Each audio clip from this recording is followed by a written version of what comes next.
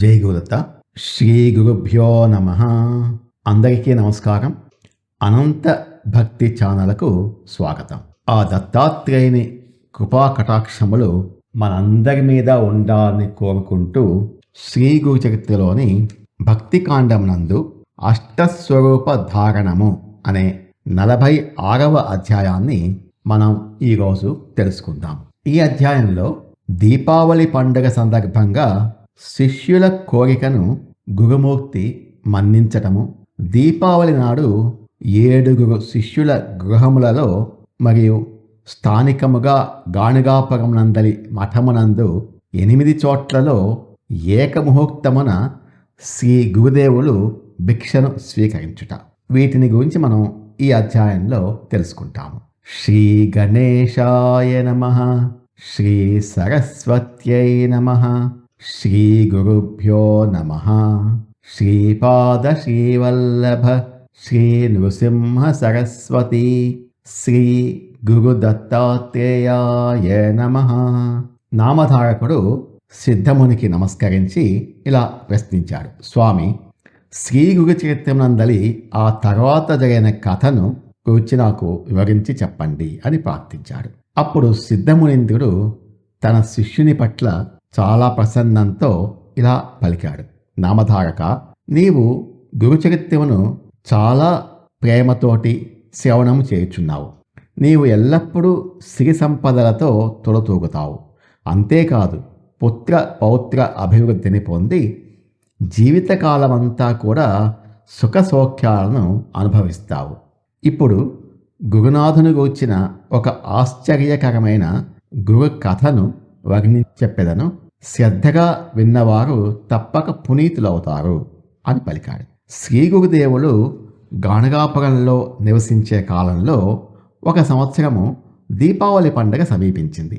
శ్రీ గురునాథుని శిష్యులలో 7 శిష్యులు ఈ సందర్భంగా శ్రీ గురుమూర్తిని తమ ఇండ్లకు భిక్షకు దయచేయమని ప్రార్థించారు.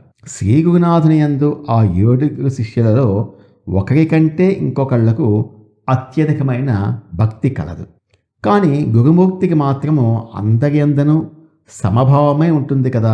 ఈ 7 శిష్యులు ఒకళ్ళను మించి ఒకళ్ళు చాలా ప్రేమాదరములతో గురునాథుని పాదపద్మలపై పడి దీపావళి పండుగ నాడు తమ ఇండ్లకు రమ్మని గురుమూర్తిని ప్రార్థించారు.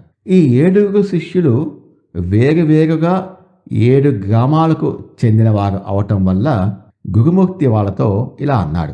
నేను ఒక్కడిని, మీరు 7 మంది. ఒకే రోజు ఇంతమంది ఇళ్లకు నేను ఎలా రాగలను? మీరే బాగా ఆలోచించండి.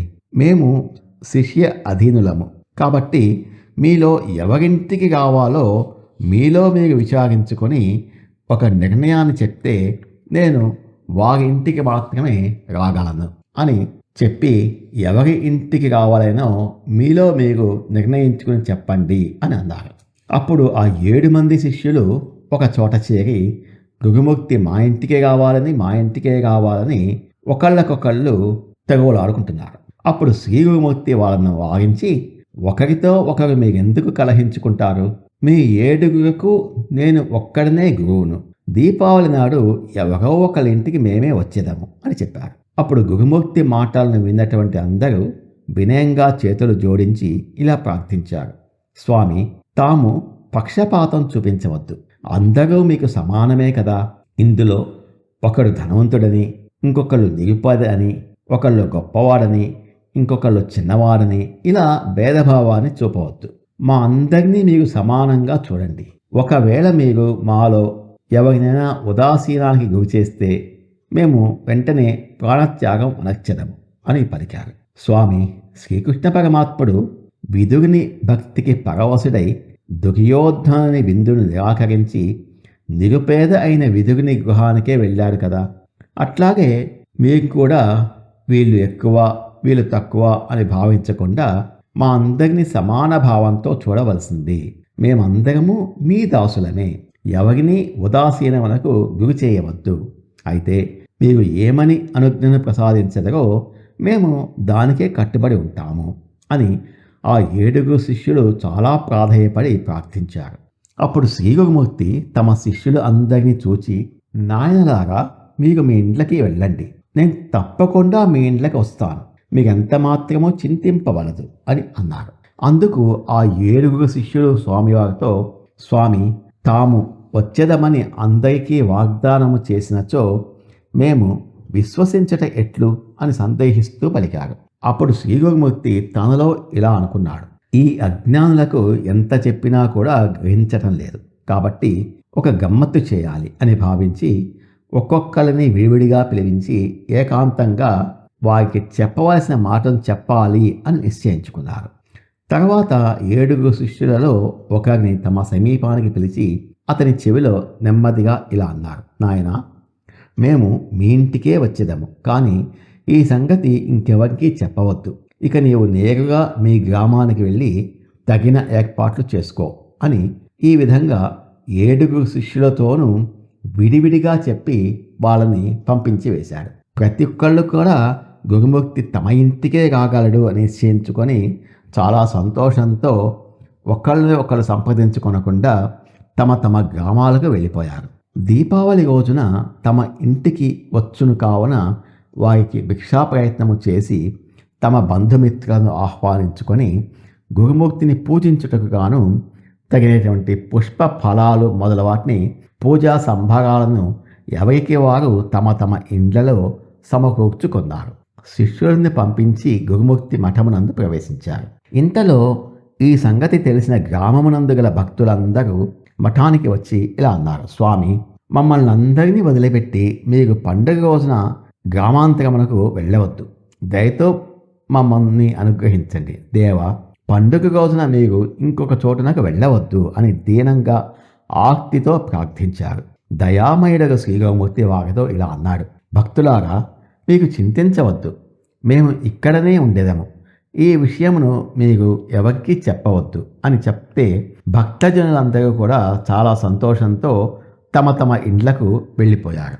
ఇంతలో దీపావళి పండుగ రానే వచ్చింది. ఆనాటి త్రయోదశి రాత్రి గురు సన్నిధానమున మంగళ స్నానం చేయటానికి గ్రామస్తులందరూ వచ్చారు.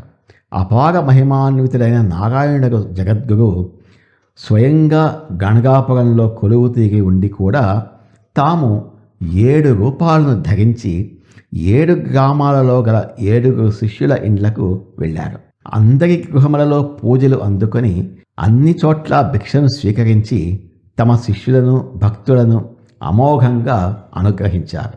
అవ్యాజమైన ప్రేమమూర్తి అయినటువంటి శ్రీగురుమూర్తి ఇలా గాణగాపురంలోని భక్త జనులను సంతోషపెట్టి అటు తమకు అత్యంత ప్రీతిపాత్రులైన 7 శిష్యులను కూడా వారి వారి ఇండ్లలో గల కుటుంబ సభ్యులను వారి బంధుమిత్రులను అందరినీ ఏకముహూర్తంలో 8 రూపాలను ధరించి చాలా సంతోషపెట్టాడు.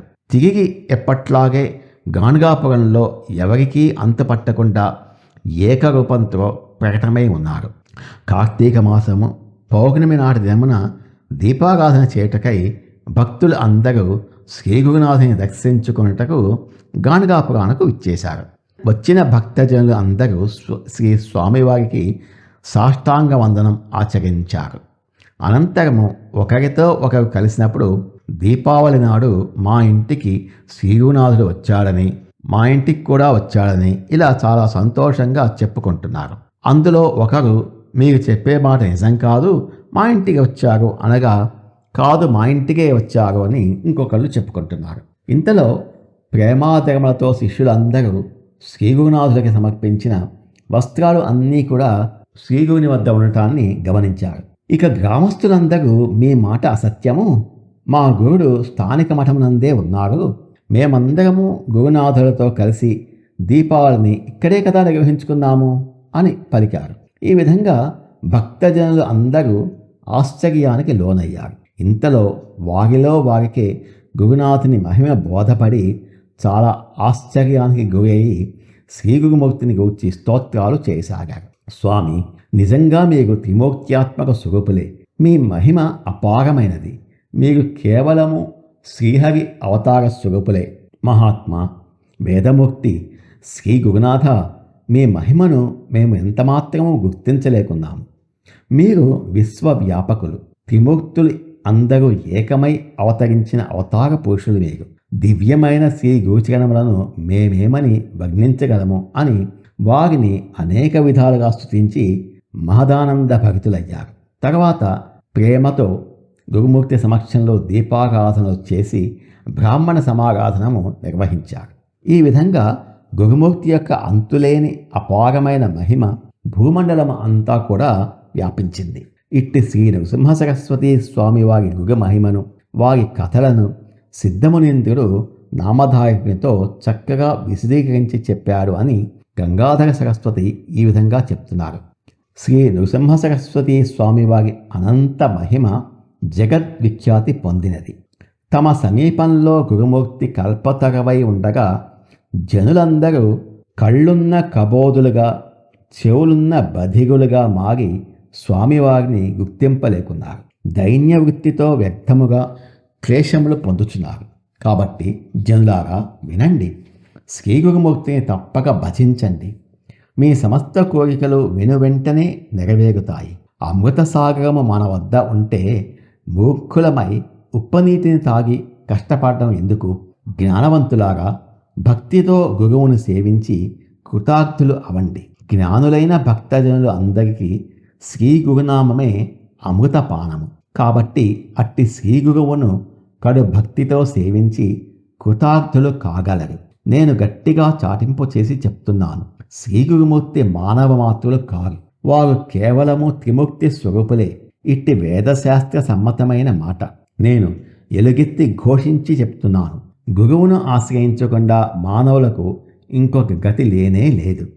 గురువు తప్ప ఇంకో గతి లేదని వేదశాస్త్రాలు అన్నీ కూడా నొక్కి చెప్తున్నాయి. ఎవరు గురుమూర్తిని మానవుడు అని అంటారో లేక వారిని నిందిస్తారో వారు తర్వాతి జన్మలో జంతువు జన్మించెదరు. నేను యథార్థమును చెప్పుచున్నాను. బాగుగా విచారించి మీ సద్గతిని గూర్చి మీరు విచారించుకొనుడు. గురువు లేకుండా సంసారము నుండి తరింపచేయవారు ఇంకొకళ్ళు లేనే లేరు. నిర్జలమైన సంసారం అనేటటువంటి అరణ్యమునందు అమృతము వంటి చర్వేంద్రాన్ని ఏర్పరిచాను. దాన్ని మీరందరూ బాగుగా తనివితీగా సేవించండి.